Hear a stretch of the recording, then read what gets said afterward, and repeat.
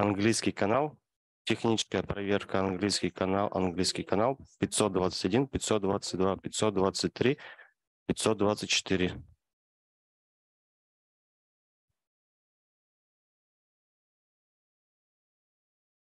Раз, два, три, четыре, пять, шесть, семь, восемь, девять, 10.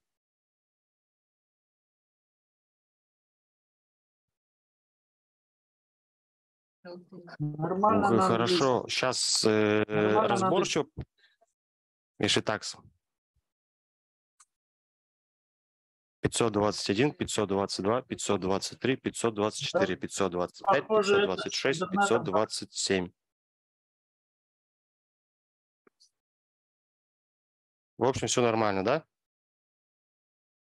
Да. Соединение устойчиво.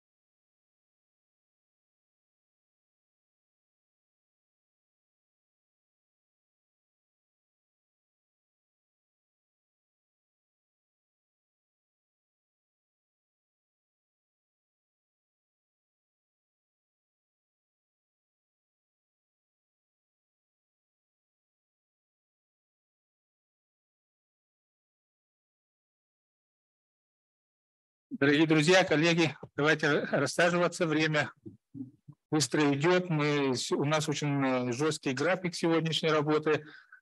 Мы должны были в 8:45 вводную часть до 9 завершить, а вот сейчас уже 9 часов 10 минут. Пожалуйста, по своим местам располагайтесь, кто уже пришел. Людмила Павловна.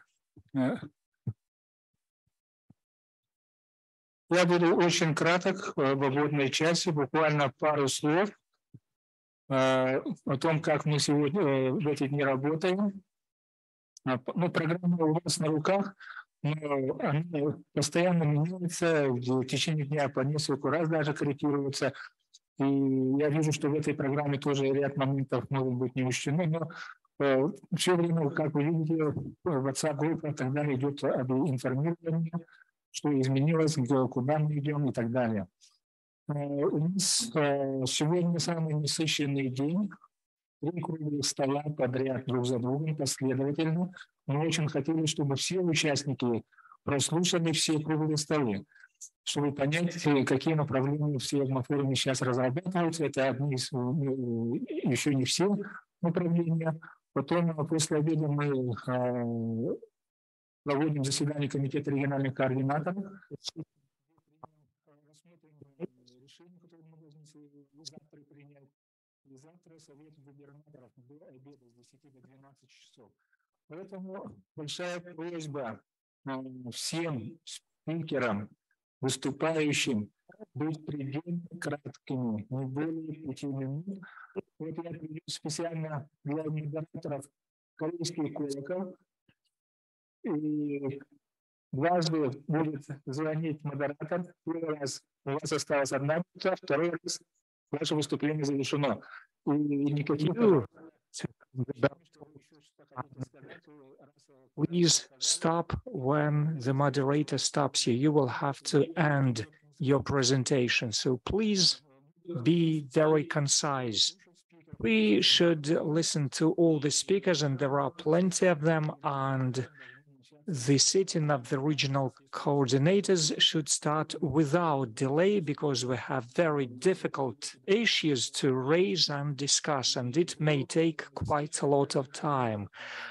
And before the meeting of the coordinators, all 3 roundtable talks should complete their work. So I would like you to be very disciplined. And of course, I'm happy to see all of you here. And I'm grateful for this wonderful support. I'm happy to see all of you here in Khanty-Mansiysk, one of the most beautiful regions where our organization. And tomorrow the chair will be given to Khanty-Mansiysk, and I think the chairman will be a grateful one. In these difficult times, in previous difficult times, Khanty-Mansiysk Okrug led us ahead, and we developed dynamically.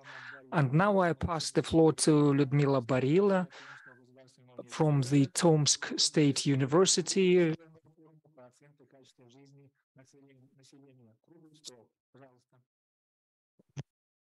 Уважаемые коллеги, добрый день.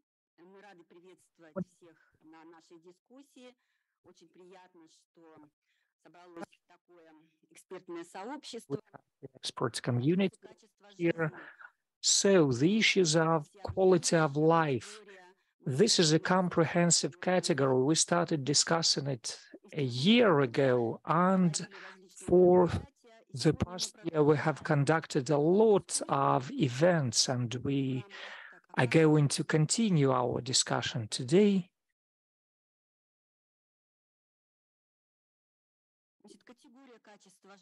So, quality of life includes both objective components such as health, education, political activity, social networking, ecology, safety, security, and subjective components as well. Right now, we are at the stage of analyzing the existing instruments and practices, and we try to find the best practices which can be implemented within the framework of our forum. and we consider internal and external which can be implemented in the work of our expert community, and we also discuss we may achieve and which may be of help to all regions in the Northern Forum. But to begin with, I will start with our experience we've accumulated in Tomsk State University to calculate the indices of prosperity. Back in 2015, we set up a working group on quality of life, and we established a laboratory which included experts from different directions, environmentalists, sociologists, social science scientists. The remote doesn't seem to be working. Okay, now it works. So in 2017, we signed an agreement with UN Habitat. That's the only organization in the Russian Federation which signed such an agreement to calculate the index of prosperity of cities, the so-called City Prosperity Initiative, which includes 6 different parts. That is a comprehensive approach to city prosperity, which includes managing the city, environmental sustainability, equality and social inclusion, development of infrastructure, and the quality of life.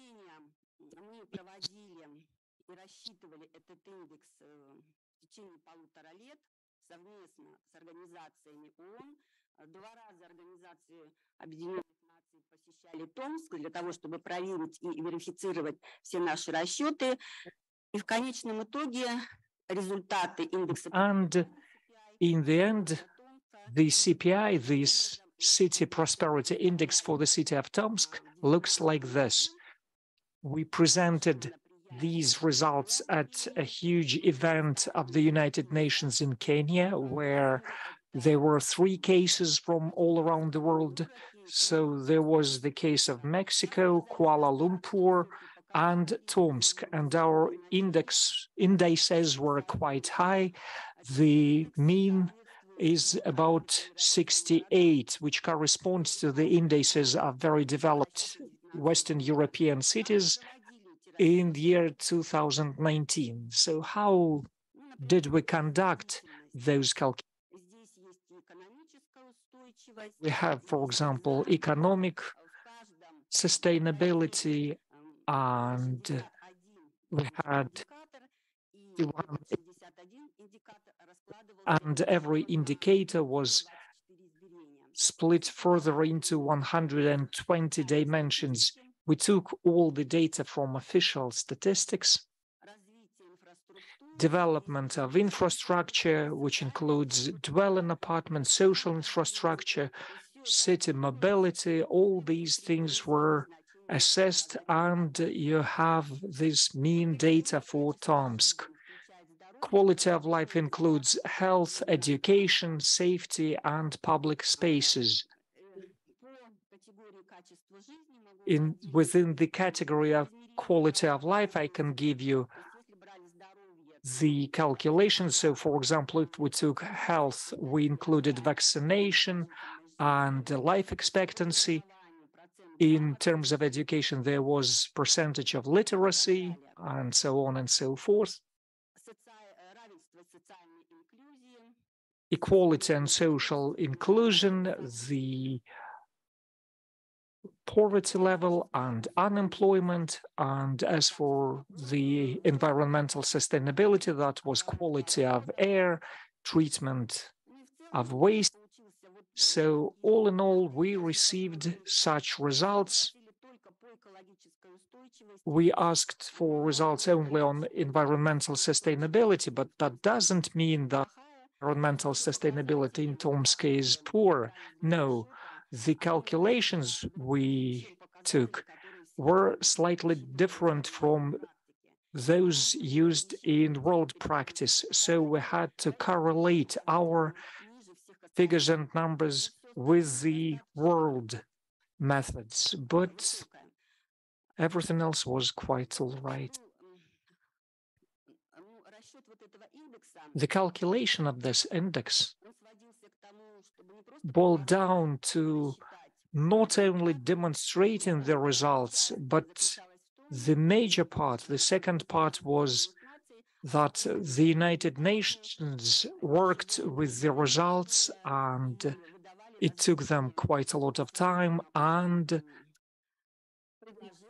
they issued specific suggestions how to improve different parameters. So calculations and assessment was not the end of our work. No, it was the means to the end. We tried to understand how to use those results in further work. And of course, we conducted sociological research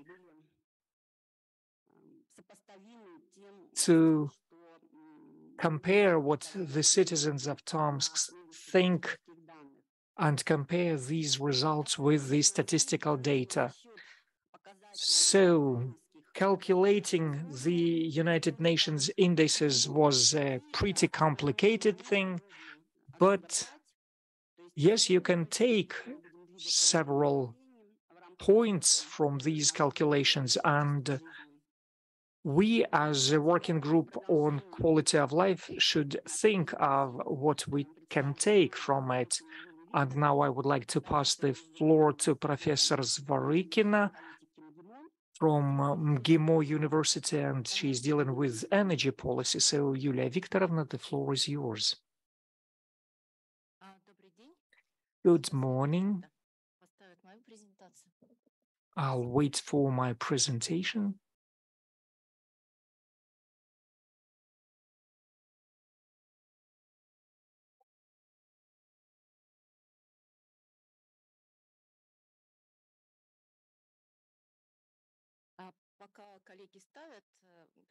While they are putting my presentation on screen, I should start so that I should not waste your time.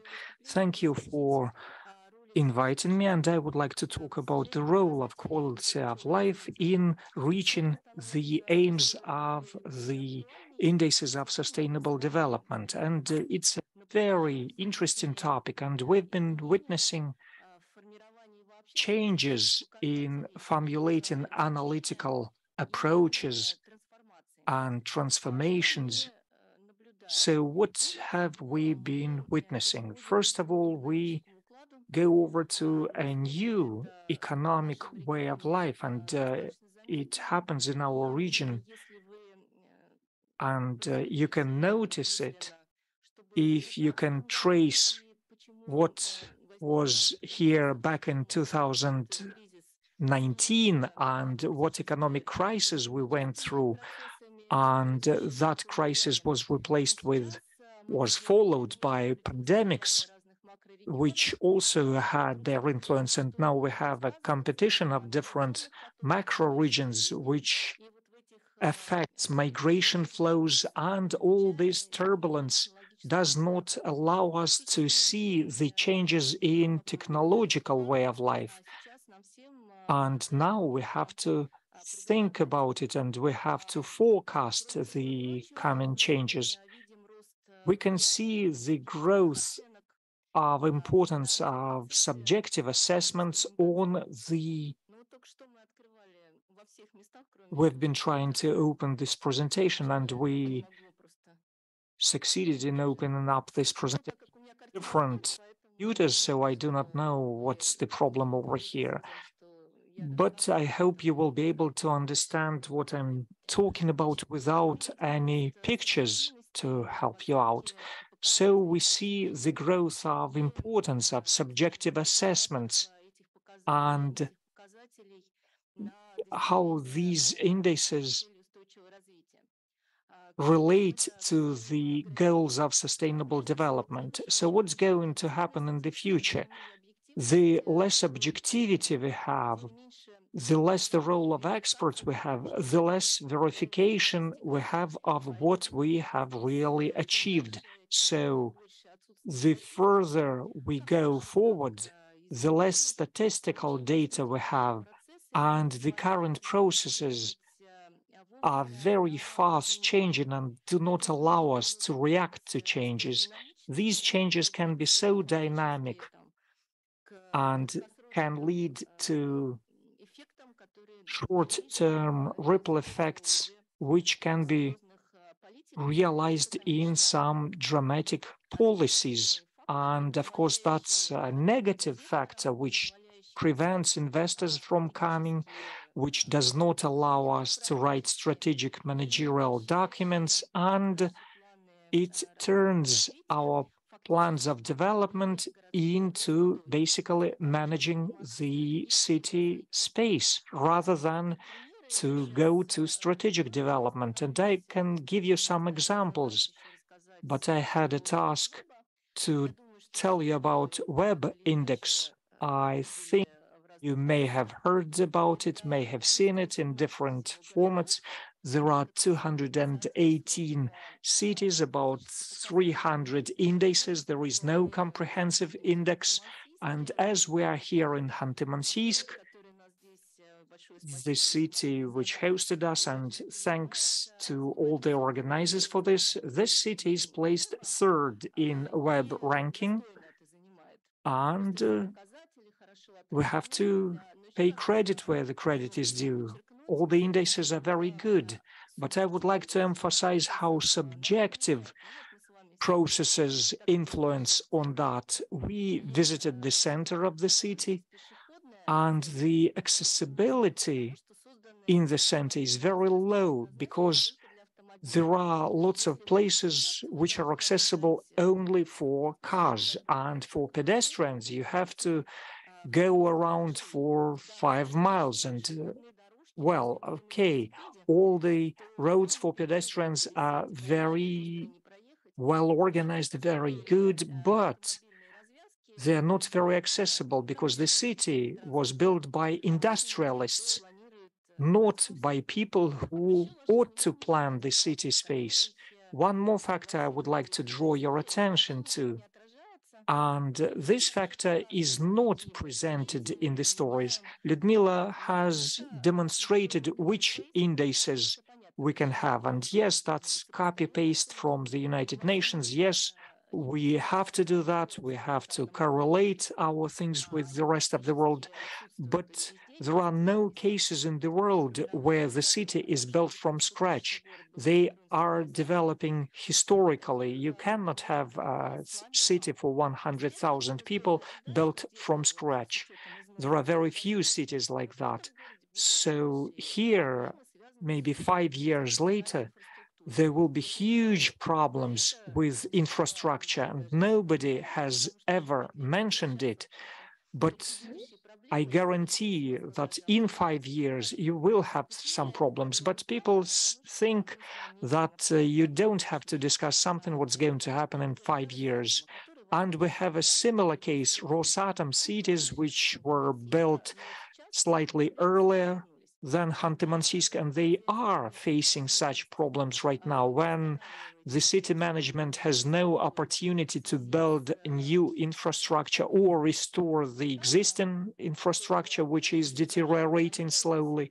You have to plan ahead. You have to allocate resources for that. What else could I say about Web Index? Very interesting assessments and very interesting correlations with OECD indices have been now found. Sber also got involved, and very soon Web Index may turn into Sber Index. And I think we should create some universal Arctic standard which would allow us to include all the standards, including smart houses, including comprehensive unified approaches to city planning, putting together dwelling construction and public infrastructure and roads and everything should correlate together, and the accessibility of water. Every city had its own problem, but unless we have such a standard worked out, we will have to deal with everyday problems. Right now, we have such correlations only for schools and kindergartens. And thank you for think about such an Arctic standard, taking into consideration climatic, geographical conditions, and logistics, which are connected with these territories being far away from everything else. Thank you for your attention, Yulia Viktorovna. Tell us, please. Do you think it is realistic to set up such a group and to initiate building up this index for the Arctic territories? I think this is possible because we had a request from the Ministry of Construction, and as of now, all construction projects are concentrated in the Ministry of Construction, from the water treatment facilities to roads, and our Prime Minister and Eric Invaric, they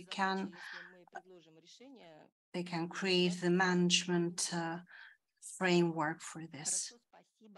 Thank you very much.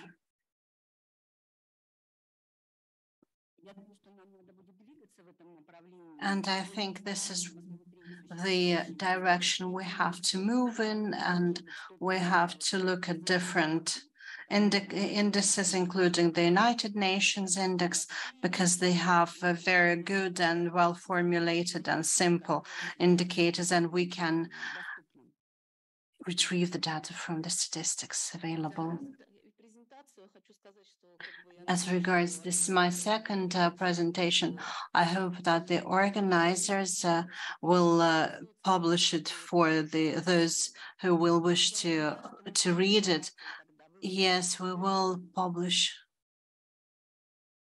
all presentations, all slides, in order for you to be able to, for people to be able to look at.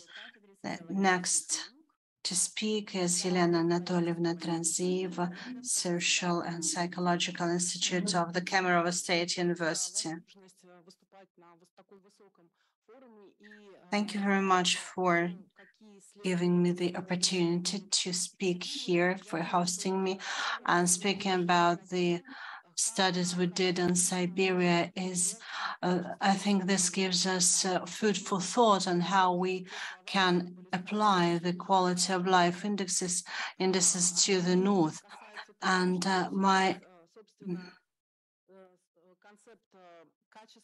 the concept of the quality of life and the understanding of how the quality of life has to do with the people's attitudes are clear. All our questions show that the key 5 metrics are important, as the people in the country think, and their importance is close to 5. But as regards the satisfaction, it is lower. And the question is then, what do we measure? Do we measure the quality of life, and how do we measure it? Is it indeed what meets the needs of the communities? And we have the lifestyle concept, the way of life. We can measure the way of life because the way of life of people in urban and rural areas can be different. And then we may have even more nuanced metrics, because we have various social groups whose way of life can differ. And we have to look at, from the social perspective, at how life is organized in specific territories. And this is where we include the life provision, life arrangement concept. We looked at it from the technical perspective initially, but later we found a broader understanding on the term, and we have to take the anthropological perspective, where we link the nature, the materials, the culture, the cultural dimension, which is important for the North, and also the social track and the management approach. Management approach ensures that we create specific public goods in the territory on behalf of the public authorities, and this is very important. And if this level of life has not been created, then we see out migration, we can see low life satisfaction, and the people start to set up self-regulated groups and in order to compensate for the lack of public goods. And we have to look at life arrangements, and this is also a way to understand and to recognize the territories and to recognize how people live in a specific territory, and also to raise the question what the territory is for myself in terms of my requirements to my way of life. And actually, we find this concept of life support and life framework, life structuring, we can see how the way of life can be measured through life framework and life structuring. And this can have to do with a migration policy, with being attractive, with fighting for talents and countering out migration. And life structuring helps understand the messages, the meaning that the people see about their territories. And we have a set of tools which helps us measure the quantitative indicators, the statistics that Yulia Viktorovna has mentioned. And secondly, we understand that statistical data will not be easily accessible, and that's why we have to turn to big data, because there are broad opportunities to obtain big data, but it's important to use the right methodology to link together these sets of data and to understand about this life structuring concept. And secondly, we have to measure the qualitative metrics. We have to understand why people live in these territories, what they need to make their life better. We cannot use the one size fits all approach. We have to look at the cultural context. One of the important trends that was voiced at the International Sociological Forum includes 4 factors. First is the resource dependence. The second is the environmental and climatic changes and risks, and new risks, and the understanding of exclusions, all various types of inequalities that are not traditional anymore. We do not only measure income now, we have more nuanced metrics, and it's important to understand these inequalities and to link them to specific territories. We also study the concept of the resource type territory. Siberia is one of them. It is rich in natural resources, but it lacks a lot of social resources. We understand that life structuring and living has to do with the resources in the territory. If they are highly lucrative, if they provide a high margin, then they influence their life structuring in the territory. If it's easily exhaustible, then the life of this territory is also not so prosperous. The well-being is lower, and the mining companies and resource extractive companies also play a very important role in such regions.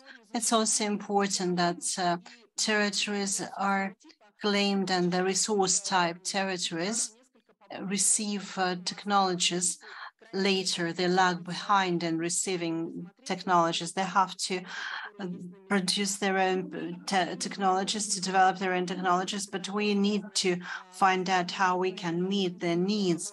And also we have to look at how indigenous people, minor and ethnic minorities live in these territories, and at how their life is organized in a social way.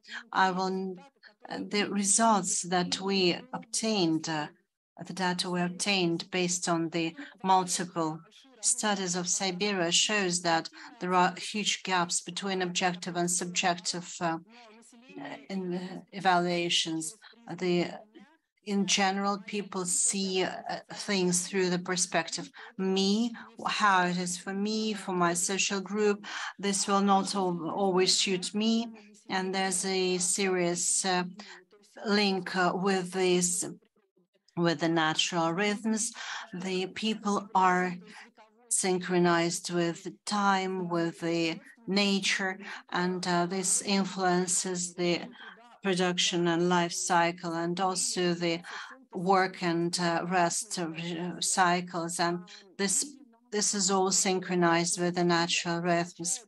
People in the territories such as Siberia speak about how global matters reflect on me and on my life. They measure the level of their personal level, their local community level, the country level, and the global level. And they are very attentive to the authorities and to the resource extracting mining companies that are active in the territory. And they look at the things happening through from this perspective as well. This means that it's important to take a comprehensive approach to measure both the quantitative and qualitative parameters, and to look at how the people organize their life with the due respect of the environmental and social conditions. We can think about this comprehensive index, which will integrate all of these dimensions. Thank you, colleagues. Thank you very much, Ms. Kranzeva.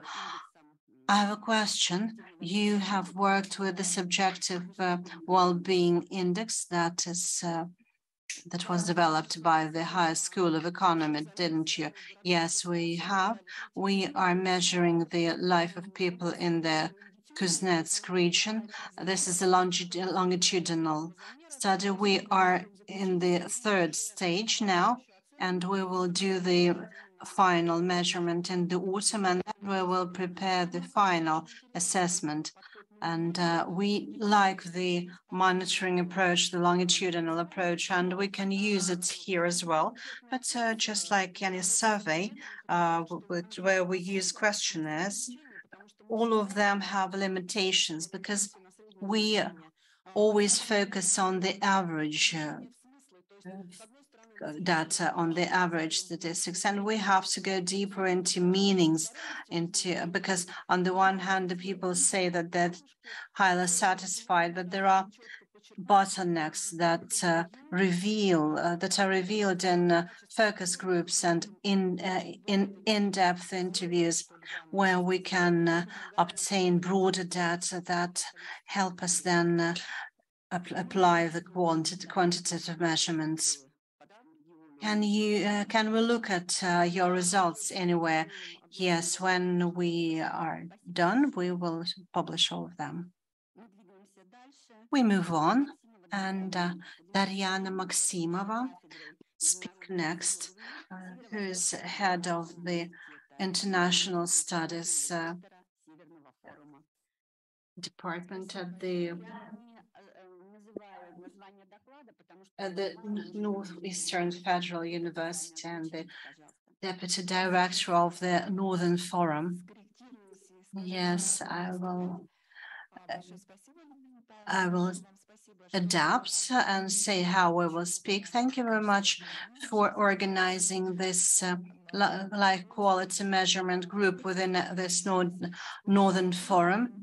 This work started last year, and we want all of this to continue. And my presentation. I will start it, and then Vera Cherkasova from Dudinka of the Taimyr College will continue. I will provide the framework on what we want to have within the Northern Forum and how we want to develop the Children of Arctic project. And we had the 14th General Assembly of the Northern Forum in Naryan-Mar, and we adopted the resolution on priority project where the Children of Arctic was one of the priority projects. And if we look at the working group of the quality of life quality assessment, then children is, of course, a huge dimension where we can work in different aspects. So, first of all, the Children of Arctic is our priority project. Many of you have heard of it as the global brand within our Arctic community, within our Arctic environment. This exists in different statuses. First of all, this is the project of the Arctic Council that was initiated by the Association of the Indigenous Peoples of the Northern Siberia and the Far East as members of the Arctic Council. And this project was developed further by the Russian Federation as a federal project, Children of the Arctic. And at the federal level, this project is managed by the Federal Agency for the Affairs of Nationalities. We also have an international research and scientific project, which I proposed as head of the department at the Northeastern Federal University. We initiated the project Children of Arctic in Sustainable Development with Canada and Greenland. It was 2019. We then won the Danish grant on Greenland, and on exploration of this project in 2019-2021, we contacted the Arctic University, and Lars Kullerud initiated the project included the Arctic Children project as the standalone research network within our project. I was the holder from Russia, from the Eastern Federal University. And we are still in contact with colleagues in Canada and Greenland, but we cannot work as actively as we have before. And on the whole, the Northern Forum is a very good platform because the organization as such helps us continue this project as an international one, and we'd like to work in different aspects and along different dimensions, including monitoring the socioeconomic status of children, building infrastructure for children. And we, as part of the Northern Forum, are open for any proposals and for any ways of development. I would like to support from the perspective of science. We are co-chairing the Northern Forum as the Northeastern University and the Arctic Consortium. We are going to offer this project to Asian countries together with us and the colleagues who are visiting us at the General Assembly. And next to speak is the director of the Taimyr College, the Krasnoyarsk region. Vera Cherkasova is to speak. Good afternoon, dear colleagues. Arctic professional education is the space of new opportunities for qualitative development of specialists. Now, both Lyudmila Pavlovna and Yulia Viktorovna have spoken about the quality of life and that it is an interdisciplinary category which characterizes efficiency of our life from different perspectives. And here in the far north, we took active part in the project which has been mentioned by Daryana Maximovna.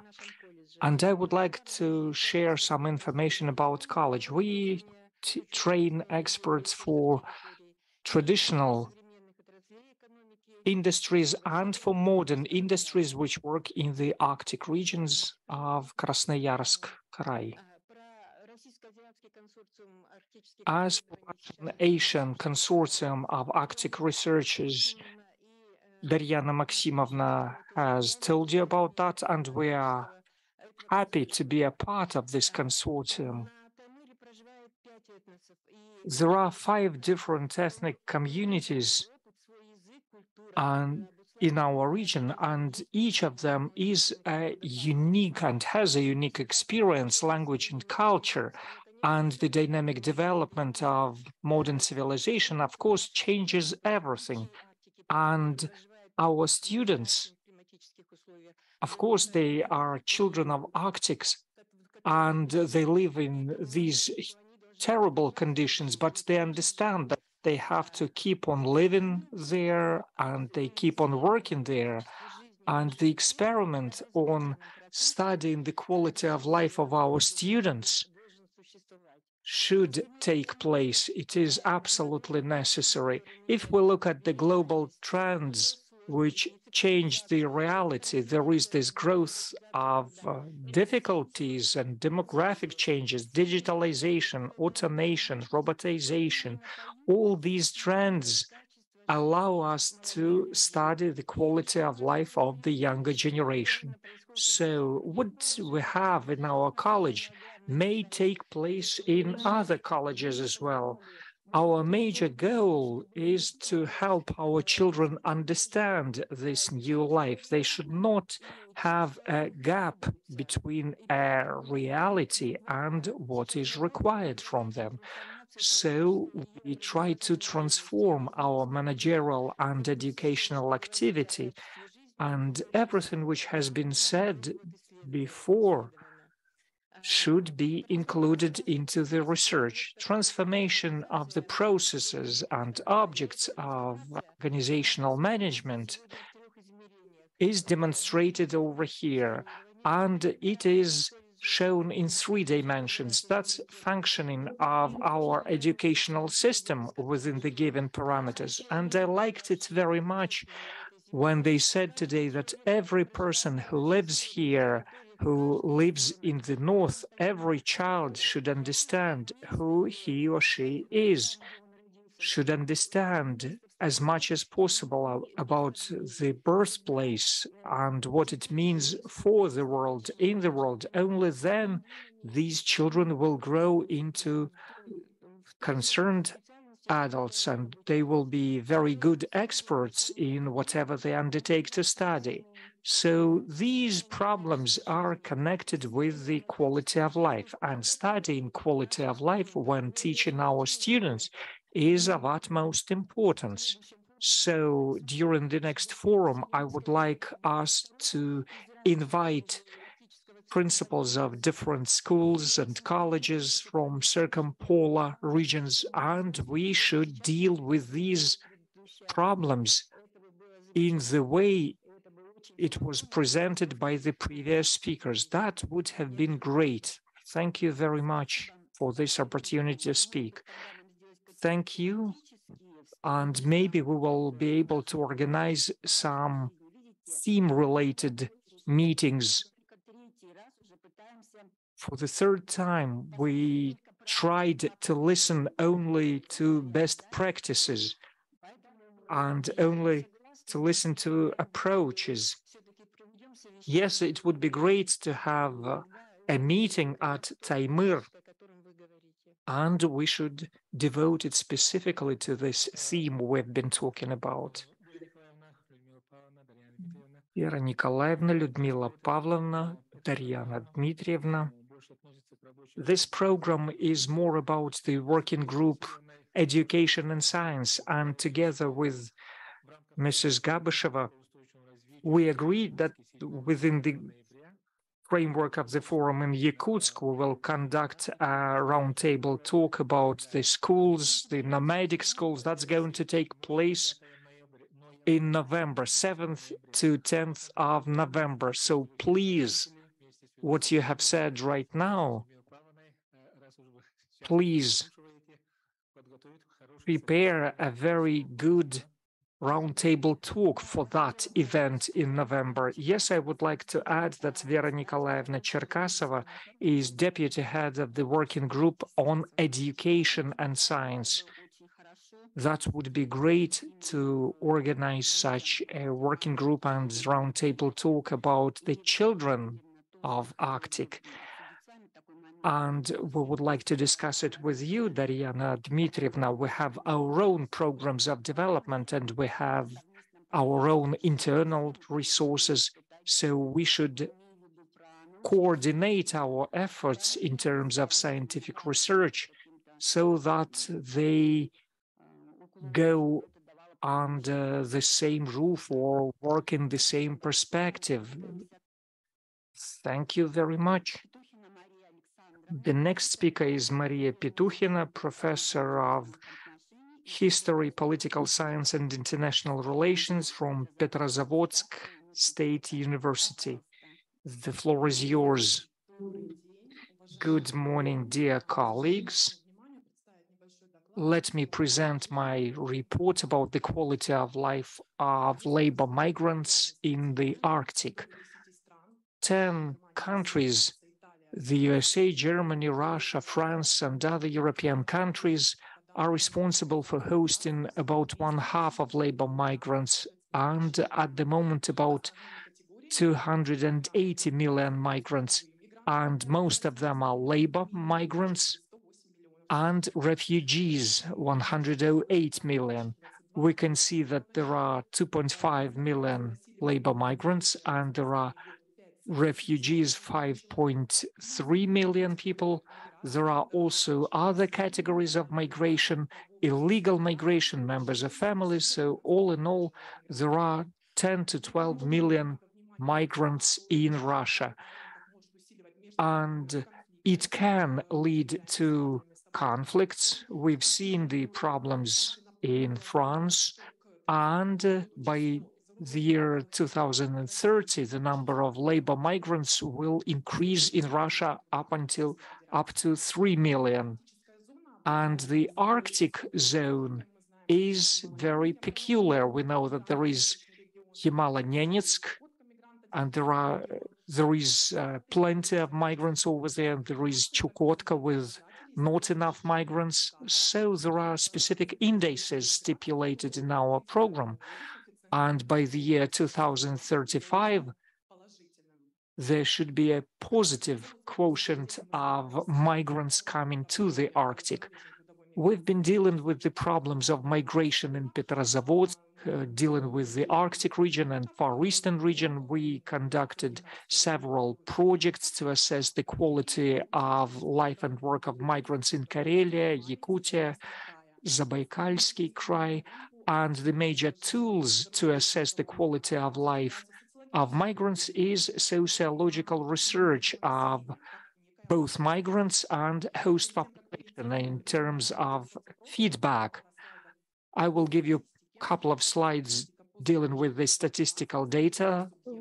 We have it before the COVID pandemics, and right now it sort of came back to the previous numbers, and the major regions receiving migrants in the Arctic are Yakutia, Yamal, and we have in Yakutia, there are more migrants from Kyrgyzstan.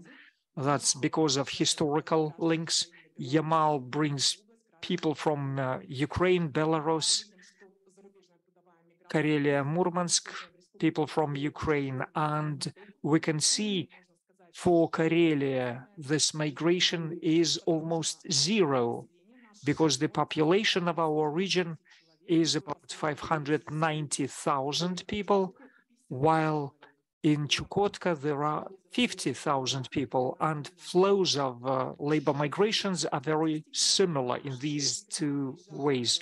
We can also see from statistics that migrants come to the Arctic zone, and there is statistical data about foreign migrants, interregional migrants, and shift workers. And we have the data before the COVID pandemics for 2019, and it dominates in Yamal, then Yakutia, and then other regions of the Arctic zone.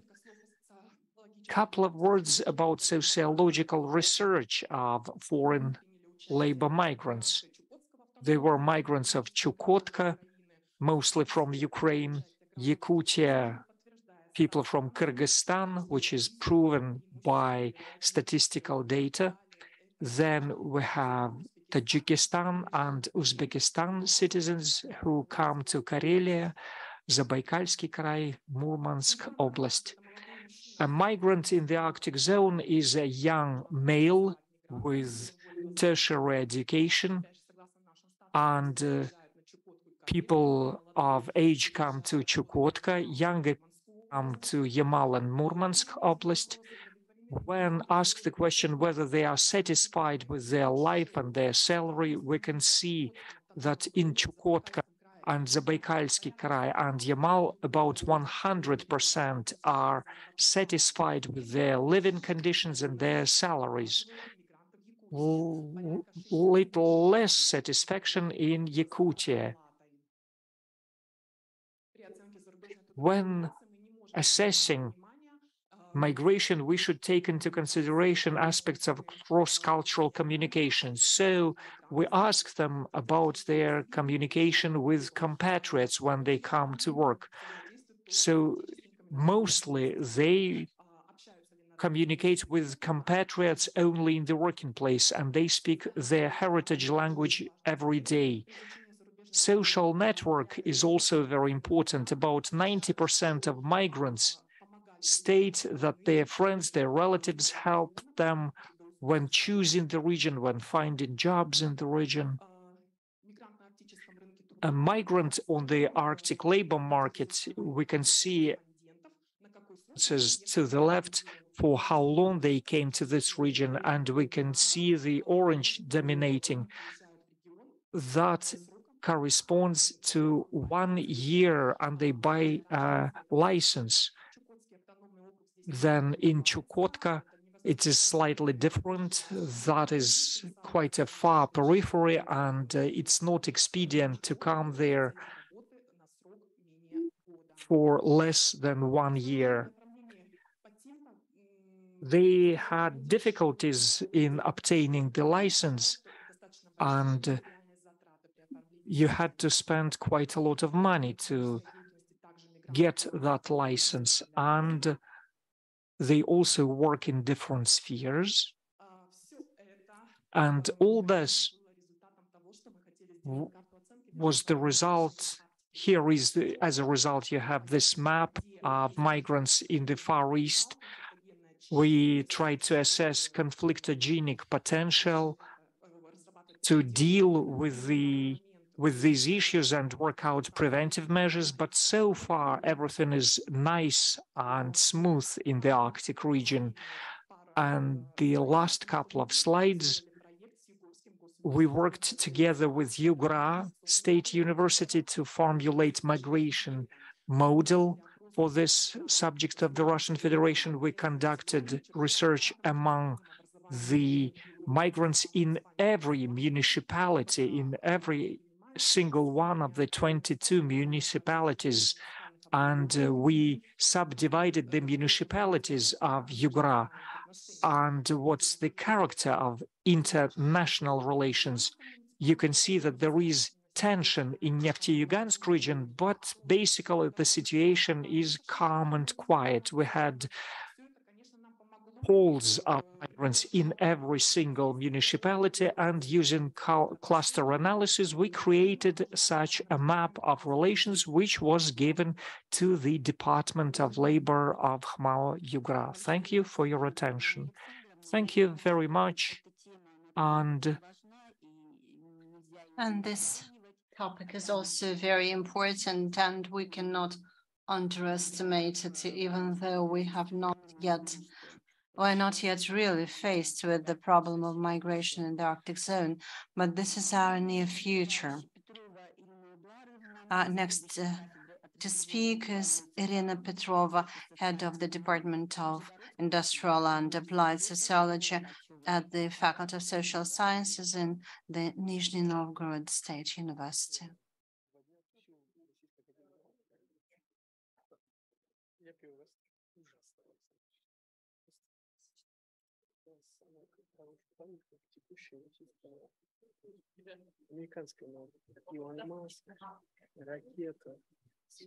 Кнопочку нажмите. Спасибо. Прошу прощения за эту задержку. Первый разговор о возможности участия в Северном форуме. I first heard that I could take part in the Northern Forum in May. That is why, for now, we cannot show any big data and impressive results, but I would like to show what we have from the following perspective. We have heard that we have integrated methodologies and also bottlenecks, which we have to look for. That's why I want to kind of provoke the thoughts, and I would speak about, I have entitled my presentation Preventive Medicine, but I will be describing the services and how this reflects, how this influences the subjective and objective life quality. I do not have many slides because these are some parts of our studies, but I'd like to explain the general framework. We are indeed the sexual and applied sociology department, but we also work on interdisciplinary projects. And sometimes these projects just come to us, just like this happened with the medical project, with the medical study. We were contacted by the medical university and the idea was to set up a practice-oriented projects for head doctors, head physicians at the medical facilities and at the insurance facilities, so that we could help them set up this management system within organizations. And we are about to, and we will have medical doctors graduate from our university for the third time, who are educated as administrators. And in their master's thesis, they describe the management systems. Why is this important and interesting for us? What we could offer as the methodology for the future. In one of the cases, we analyze the following dimension. We analyze the quality management system within our master's course, and a local clinic now became the pilot facility for adoption of this quality management system. The interesting thing that happened in the past several years is that, well, the thing is that we have several tracks or several areas of requirements as regards the quality management in medical facilities across the region. On the one hand, there's also the patient's requirements to the safety and quality of the services. On the other hand, the organizations, when they enter the market of these services, want to present themselves as high-quality service provider, and they obtain all kinds of quality management system certificates. And on the third, we have the regional policy, and the region wants to show that the quality of life of the people living in the region is gradually growing. After the pandemic, we have transformed the Ministry of Health that was headed by the vice governor, which signals the highest status. And secondly, we have new public platforms for discussing this quality of the services. And we also have new channels for the people to assess these services, and these public spaces, public platforms include our master's course, and we offer a project to research and assess this piece on quality of life from the perspective of healthcare. We analyze how the management system is organized. We look at the perspectives, we look at what they're guided by, be it the guidelines developed by the ministry, or the need to position themselves in the market, or the new requirements. And we analyze the information we receive. Everything is publicly available, and we can show what we can offer as a convenient methodology, which we have already presented in the form of several projects and that we have already proposed to the Ministry of Healthcare of the region. We analyze all possible feedback, and we analyze the ways of how the medical facility is approaching the quality management system. And it's also interesting that we are not only researchers under this project, but we have developed the methodology. We have already assessed several medical facilities and even medical facility networks. And we also implement these systems. Our graduates do that. One of the important applications is the regional TB clinic, which assesses all fight with TB within the region. And this also includes other socially important diseases. And implementation of this project helped us assess how we fight with this disease at the level of the healthcare ministry, the judgments, the feedback from the beneficiaries. And we also understand that this is also the contribution of how the people assess the medical services they receive subjectively, and how they assess their quality of life in terms of health care. Thank you very much. That was a very interesting approach, and this is a possibility to train personnel for the region, and they could work using completely different standards, and they could improve the quality of life of a given subject of the Russian Federation. We have one more speaker, Mr. Goika, the head of the Laboratory of Applied Analysis of Big Data from the Tomsk State University. The floor is yours. Dear friends, good morning. My presentation is out of line here. I'm here representing big data, a very fashionable, very trendy thing right now. And we have people from the universities over here, and we here as a group from the University Consortium of Studying Big Data, and there are Arctic universities, and it unites 5 countries, 69 universities, and we analyze big data concerning social things. And it seems to me that we have a lot of overlapping with the Northern Forum. We've got people who can work with big data, and you've got the big data. And I will give you some figures.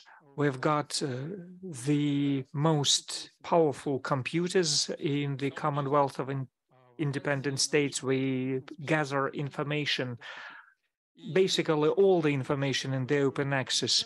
And we have a pool of industrial partners. We use machine learning, artificial intelligence, all these issues which have been developed in our country. And we use instruments which would allow you to solve your tasks and to reach your goals. And Yulia Viktorovna today mentioned different indices and they reflect the real situation. I think about Sochi now. When we conducted a project over there, we had 2 children and we had a pram, and there was a track for racing cars over there. You cannot pass it by, and it was so difficult to cross it, especially with the prom. So all these sociologists love big data because you can correlate your data with a different type of data from a different country, and you can receive new information. And big data is kind of a future, which is inevitable from us. And telephone research is about 2% coverage. So basically, you can reach only 2% of your population. It's a terrible thing.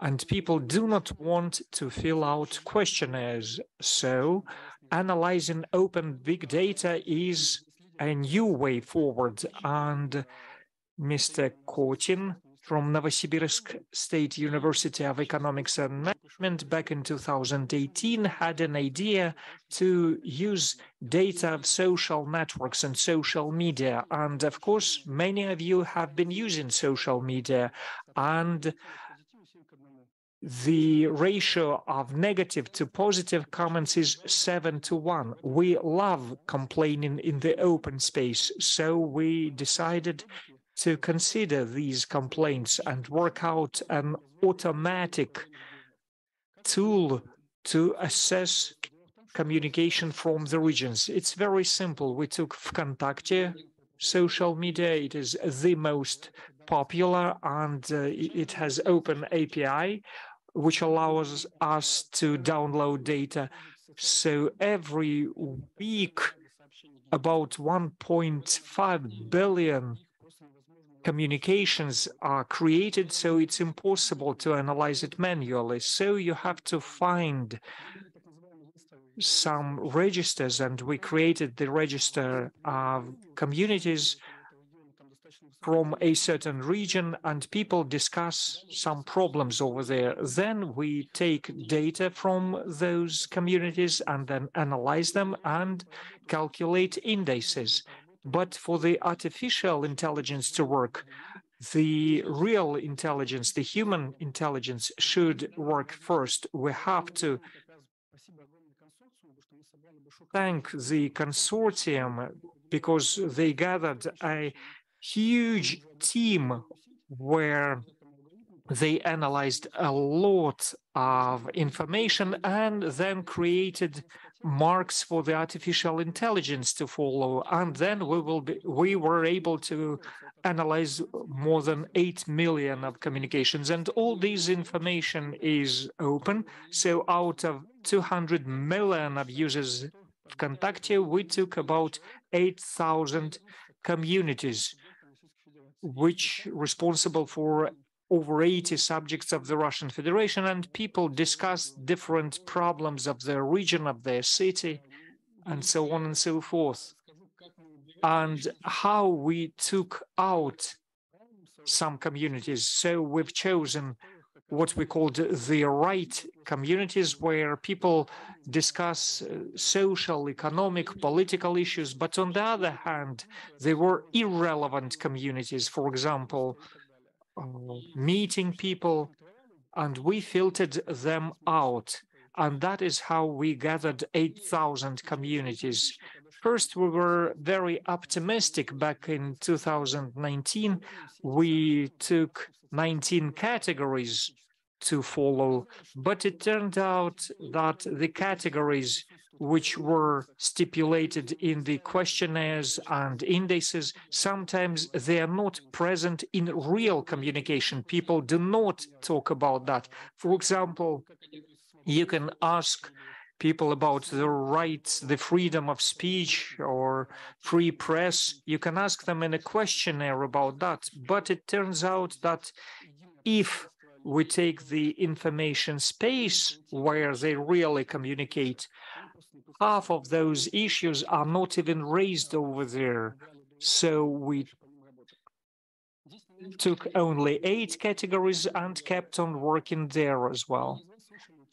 Many of you have heard of GPT chat. That's a transformer. You put a lot of data into the network and you receive an algorithm which allows you to classify the communications within categories. So to the left, you can see precision, and you can see it's 63% for education. That's the degree of precision, how our algorithm classifies the communication. So you don't have to do it manually. There is a special algorithm for that. But for policy, for social issues, the precision is less than 50%. Even humans could not agree which category we should put this communication into. But how can we organize an index of problems? A problem is a negative connotation. So when a person is complaining, then it is a problem. So you have to think about the semantics and about connotations. And the problem is that the Russian language is very rich and people can use sarcasm, humor, and the precision is pretty low, and we have two problems. First, the disbalance of classes.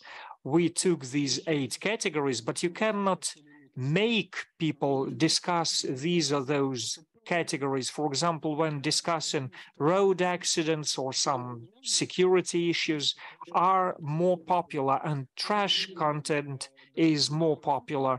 But for example, environmental issues are less popular. How can we deal with that? Well, we can deal with that manually.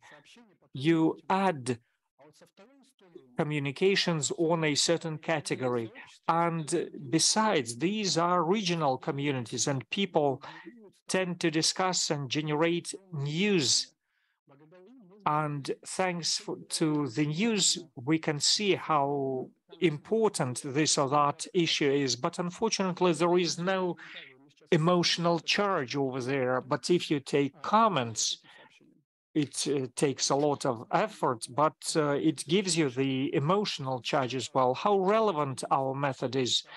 We used 100,000 communications first, and these 8 million postings, these communications were distributed pretty evenly. So our algorithm can extrapolate properly to the general massive of data.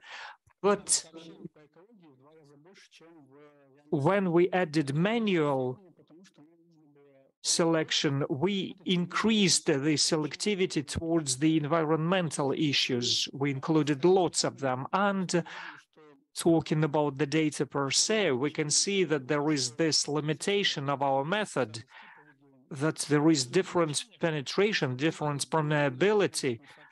Where we have more users, we have more communications. And for example, in the Northern Caucasus, Vkontakte is not used very actively, but generally we have very good representation for Russia. Thank you very much for your attention. And we, as big data analysts, would like to communicate with you in terms of analyzing quality of light data and in terms of teaching people to work with that. We had a brilliant school of applied analysis for indigenous people and minorities of Far East and North. So if you would like to have your own expert or a team of experts capable of working with big data, then welcome. We are happy to communicate with you, and thanks a lot to Lyudmila Pavlovna for invitation and for this opportunity to speak here. Thank you very much, Vyacheslav. When we discuss quality of life, we cannot but speak of big data. This is a very important aspect of our life, and it should be developed within the framework of our expert community when we discuss the quality of life on Northern Forum. Next to speak is Victor Simikin, the head of the Sector of Social and Psychological Studies at the Scientific Center of Studies of Arctic at the and he wishes to speak online, and he's to speak from Yamal. The Yamal Nenets Autonomous District. Two messages from me. First of all, I'm sorry that I cannot present slides because I'm on vacation and I was only included in the program yesterday. And also, I'm also the senior scientist at the social and psychological research because last year we had some structural changes and all heads of departments were moved to the positions of senior scientists, to the status of senior scientists. And what I'd like to share with you, dear colleagues, is I like to speak on health research in the context of the quality of life of the population. All of us know very well that health is the most important component, the most important dimension of the life quality, which defines both the subjective assessment and of the life quality and also the success in life and in work. And this is of special meaning, of special importance for the Arctic with its extreme conditions. In the Yamal, we research all aspects of life, including health and education, and we have done that for a number of years. And I'd like to do some stock taking of the research that we did within our scientific center for the research of the Arctic for the past 5 years at least. First of all, Yamal is one of the leaders in terms of life quality of the population because this is an industrially developed and rich region, and we do everything. We take every effort to ensure that our people lead a good life and to ensure their well-being and prosperity. And we looked at objective and subjective indicators of health. And I'd like to present the experience-based subjective feedback from the people in Yamal. We did our research for 5 years. First, we started at the Center of Medical Research, and starting in 2020, we have been doing that at the Social and Psychological Research Center. And this is what I'm going to present. But I would also like to share my plans and my experience in development of programs and ways to enhance the health of the people in the Arctic zone, and more specifically in Yamal. And they're both empirical and professional and theoretical studies. You know the formula suggested by the World Health Organization on the factors of health, and it can differ between regions, but the most general formula is as such. 20% is shaped by genetics, 20% is shaped by the environment, or maybe even more in the Arctic. 10% of health is shaped by healthcare, by medical services. It's only 10%, and 50% depends on the way of life. This means that healthcare is not omnipotent. it only contributes 10% in the human health, and the greatest share is what the humans themselves are responsible for. And this is what I'd like to dwell upon. But first of all, I'd like to share some data from our research. The satisfaction with life on the whole in the Yamal region, and we studied quite a large sample of respondents, and as they assessed the high life satisfaction level, so they provided responses that suggest that the life quality assessment is very high, 72%. But if we look at health, only 29% of the population assess it as good.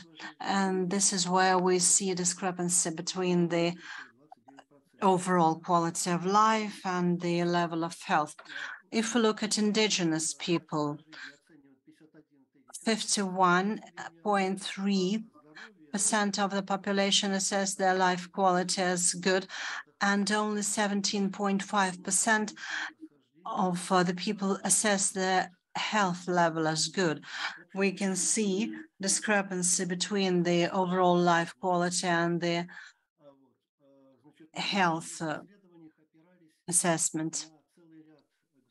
We were guided by a number of policy documents, including the decree by the president in number 203 on the national goals and development of Russia until 2024, then the decree of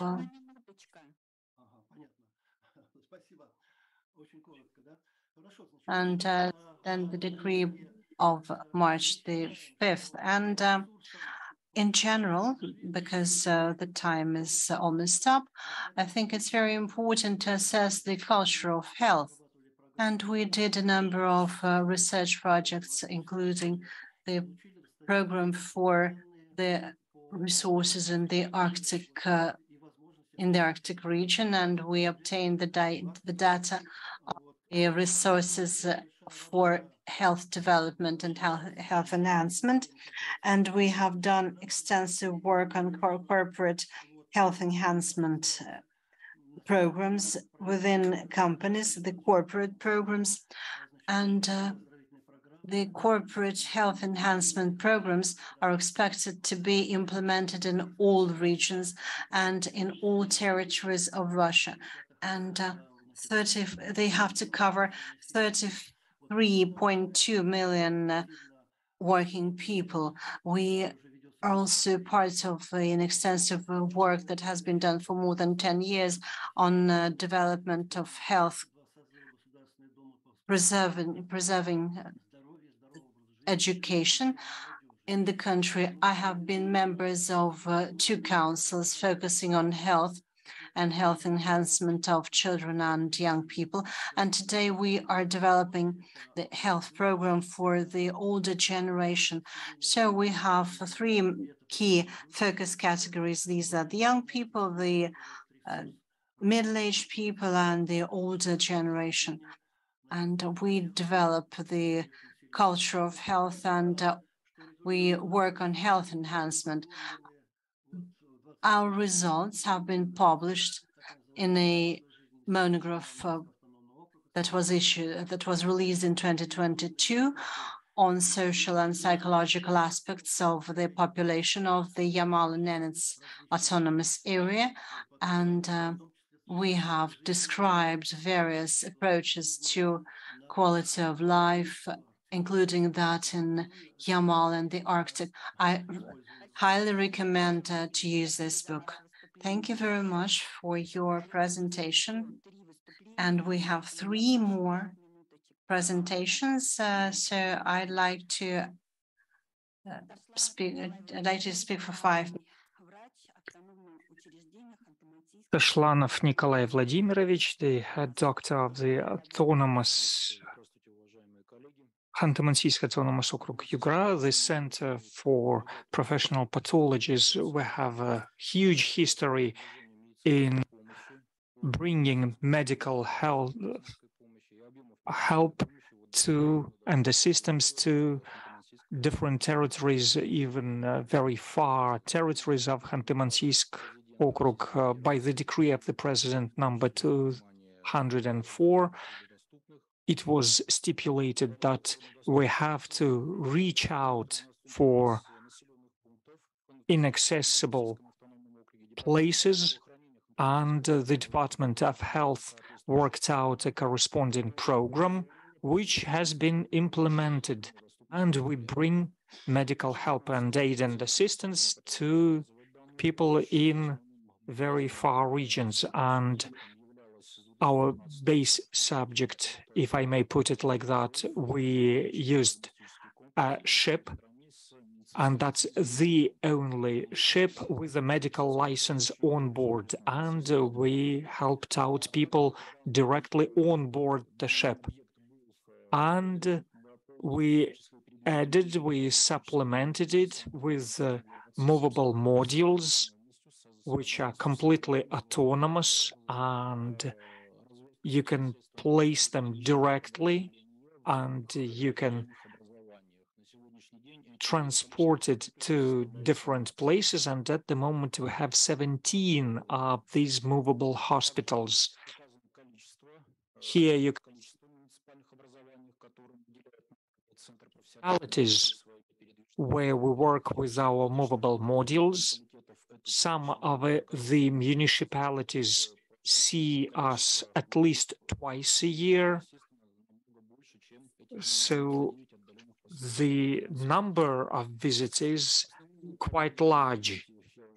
Our directions of our work is to provide primary medical aid and assistance to people in different hardly accessible points in Khanty-Mansiysk region. We have about 12 doctors directly on board the ship, and the number of experts can be different on those mobile modules. It can be determined by the local hospitals or the hospitals which are responsible for monitoring the situation on these subjects.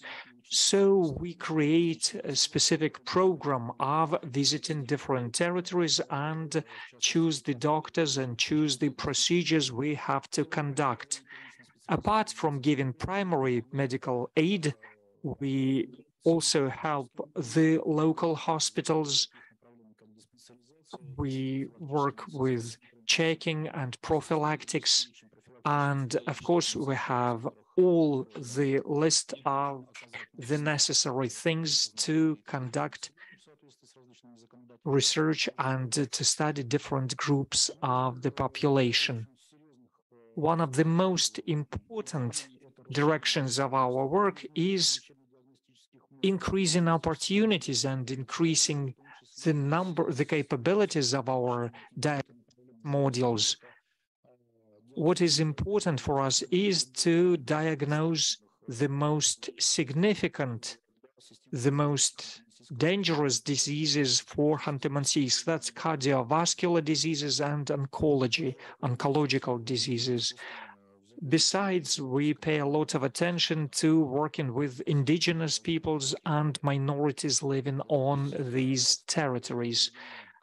So we have this data for the year 2022. You can see the numbers, the cases, and we concentrate on cardiovascular diseases and oncology. Here you can see the statistics about oncopathologies, on early discovery of oncological pathologies. So we recommend to cooperate with local hospitals, and we give recommendations on specific, highly qualified medical assistance. Our major achievements are demonstrated over here, and of course we cooperate with Khanty-Mansiysk autonomous okrug, and we try to do everything we can to improve our situation, to find as much resources as possible, and we need financial and other help and support from the government. And last week, we received another ship. Our first ship will be refurbished, and there will be this generational shift. 2 years later, we will receive a new ship, which will work together. 3 years later, there will be 2 ships providing medical assistance to the dwellers of Khanty-Mansiysk Autonomous Okrug. And I'm ready to answer your questions. Thank you very much, Nikolai Vladimirovich. We have Mr. Isayev, and he's going to be online. No, we don't have him. Then we have Alexandrova Yulia Konstantinovna from the Laboratory of Applied Analysis of Big Data from the Tomsk State University. So the floor is yours. You've got 3-4 minutes. Good morning, colleagues. I'd like to present the results of our study. And we're waiting for the slides.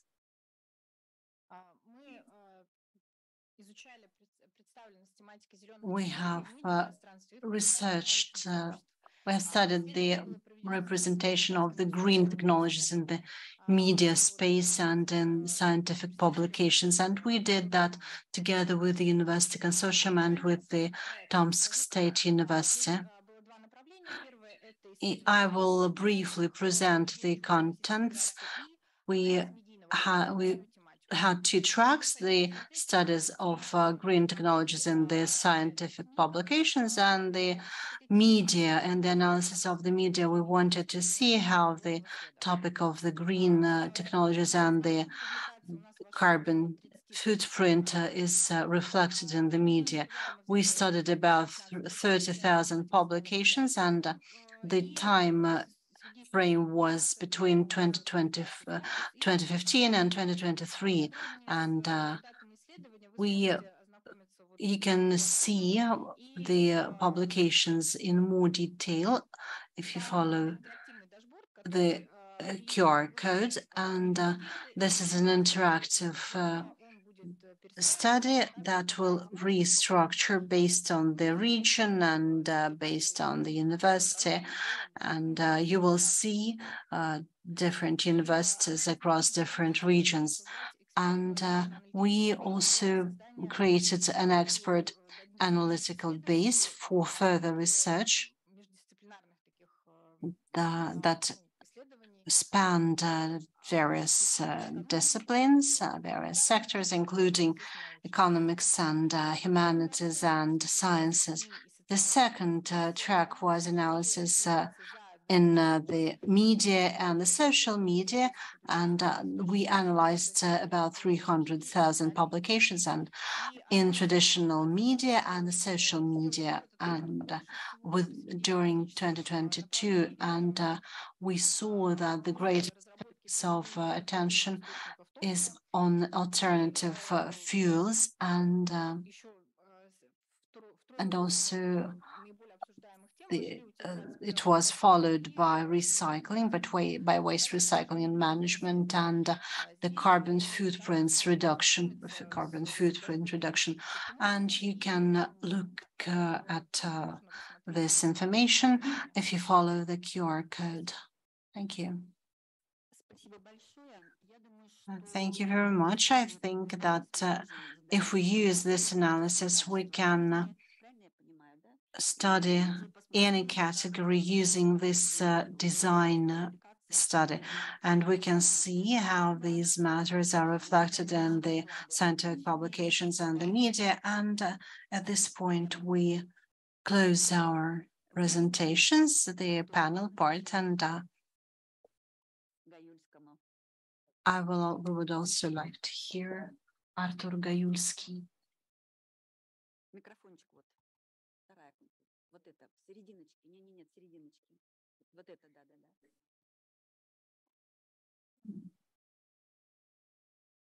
Спасибо, Людмила Павловна. Thank you very much, Lyudmila Pavlovna, for this opportunity to speak.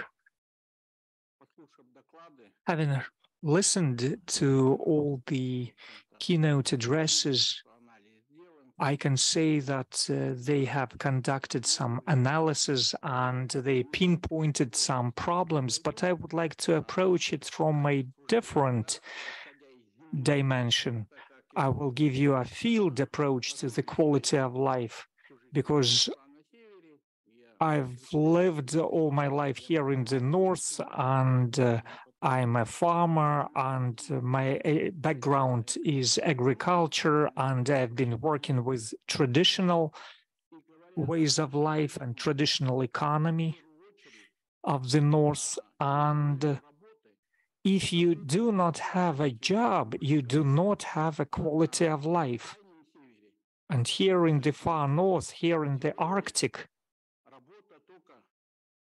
jobs are only in the public utilities, in the healthcare, in education, and the rest, the traditional economy, what we traditionally used to do, that is reindeer herding, hunting, all those 13 types of activities which were defined by the government of the Russian Federation, but it's out of the real sector of economy. When we started discussing it with the Ministry of Agriculture, we asked them twice. They have zero information on that. In Krasnoyarsk Krai, we had a pilot project, and Krasnoyarsk Krai was supposed to be a pilot project for developing traditional economy. And again, we conducted 2 events, but there is no data, no statistics. How much you hunt, how much you fish, where it goes. But in reality, you can see that some municipalities in the north feed themselves. There is no fish transported from the Pacific Ocean, but they transport it from the northern seas, and the reindeer meat is also supplied to the municipalities. So it seems to be obvious, and I am representing here a Russian association and participated in Tomsk in a similar forum, and understood that we should get united. And I asked the president of our association to send me here, our association of indigenous peoples. There are 40 of us indigenous peoples, about 300,000 in 28 subjects of the Russian Federation. So our Association of Indigenous Peoples raises these issues with the government of the Russian Federation. And we have a number of communities, more than 2,000 communities created on the territories of the Russian Federation. And these are indigenous communities living traditional lifestyle. And that is our economy. Why during the Soviet times people went to the northern territories? Because they participated in the traditional economy as well. There were different farms implementing traditional methods. And right now, agriculture is heavily subsidized, but somehow farmers of the northern territories are not subsidized. Why are we ignored? And we are subsidized only as invalids or as indigenous communities. And there are 350,000 people who are ready and willing to work. And you'd better support us now rather than feed us tomorrow. And the difference between Russia and the Western countries, for example, Canada, is that we have production, we have our own economy, while indigenous people in Canada are surviving only on subsidies. So I would like to ask you as researchers to deal more with traditional economy, traditional use of territories. Recently, I visited Evenk region, and there were deputies, there were representatives of government, and there were 15,000 people living there. Here we have 2 deputies of the state assembly. How do the people live? I asked those deputies, those governmental representatives. I asked them several times. Why should we speak of quality of life in general if you do not know how those people live? So it happens throughout the whole country. People keep living on the territories. There is this market right now, and the Soviet subsidies, which were provided for 7 decades, stopped, but people still live here. And a lot of people, both in our region and in the Russian Federation, lots of them say that living in the north is too expensive and let's evacuate all the people from the north. And shift workers is also an approach from this side. You can put everything on the state and bring only shift workers to the territory, but that does not resolve our issues. So when we discuss quality of life, including jobs for the indigenous communities, from 100 to 150,000 jobs can be legalized in the north if we do this bureaucratic thing, if we include traditional economies into our calculations, if we include the traditional activities like hunting or herding into our calculations, we should understand what really people do. But now, if you analyze the federal programs about sustainable development of agricultural territories, they do not reach northern territories. These sustainable development programs seem to be working only up until Angara, the Angara River, but it does not go beyond Angara. Although we do have farmers over there, only their products are different, their economy is different, and their products can be exported abroad, but we should understand how to do it. So I promise that our association will keep participating in the Northern Forum, and tomorrow at the gathering of the governors, I will make my speech and I will try to speak of the overlapping area where we should unite and promote these issues, because we are basically forgotten. The northern territories and the northern peoples are generally ignored. With our classical, traditional way of economy, we understood that we should feed our population, we should provide for food security, but we forgot about the northern farmers.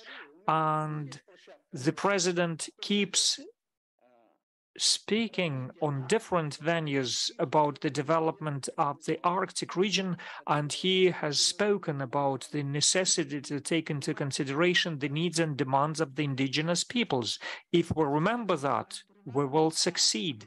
Thank you very much for participating in our working group on quality of life, and I think that we will move further we will come closer to uniting our efforts, and I hope we will cooperate fruitfully with the Association of Indigenous Peoples and the Minorities and with you personally. Thank you very much.